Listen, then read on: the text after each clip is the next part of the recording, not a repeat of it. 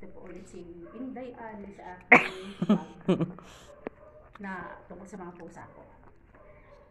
Ito po si Blackie. Itong black cat ay more power to. Mas maraming energy to. Napag-aralan ko sa kanyang traits, sa kanyang behavior. Napakagaling niya pong manghuli ng mga tulad po ng daga.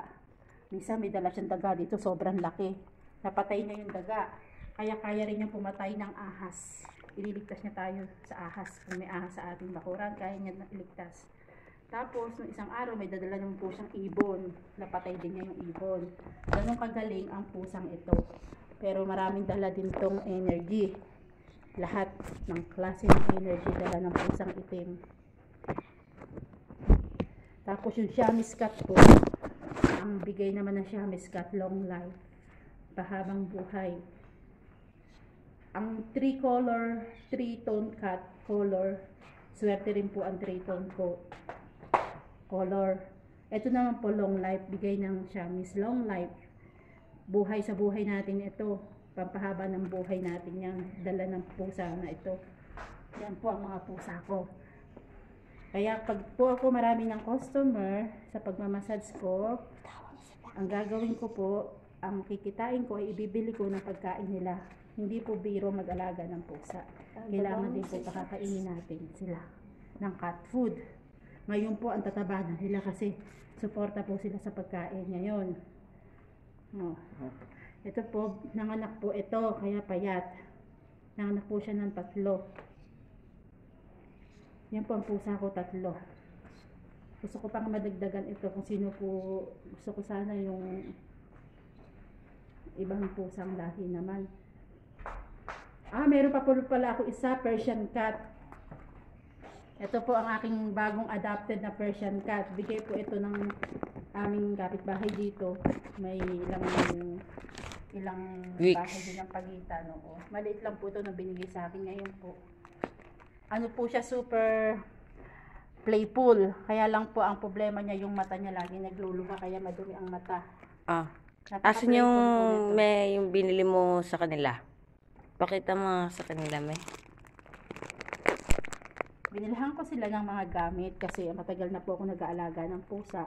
Pagod na rin ako magdakot ng tae, gamit ang tissue at gamit ang plastic labo. Ano to, may laruan? May laruan.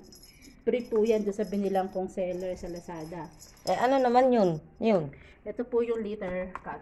Itaas mo nga. Iyan po yung litter. Iyan yung, diyan sila tatae. Pwede ko po siyang Anong laman yan? Lupa? Hindi siya lupa, hindi siya stone. Ito po siya. Yan. Pwede ko po yan. Parang manok? Hindi, parang pellet siya. Pwede siyang itapon sa, i-flush sa bowl pag may tae na. Kaso hanggang ngayon hindi pa rin sila tumudumi na hindi pa sila marunong. Ilang kilo tong cat food na binili mo? Yung cat food na yan, kasya dito ay 2 kilo. Yung kinita ko sa pagmamassage ko no isang araw kay Ate Miley, binili ko po ng cat food. Ayan po.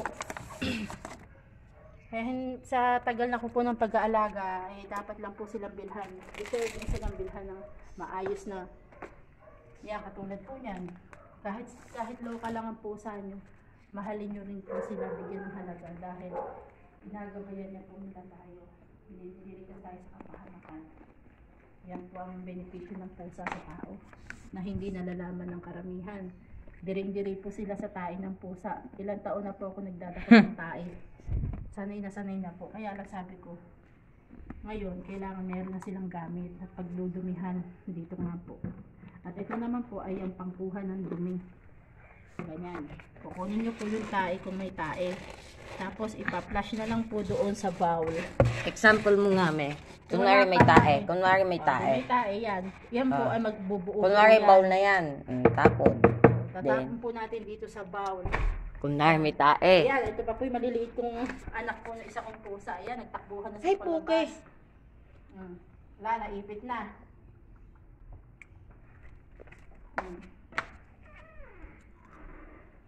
Yan po, madami ang pusa ko.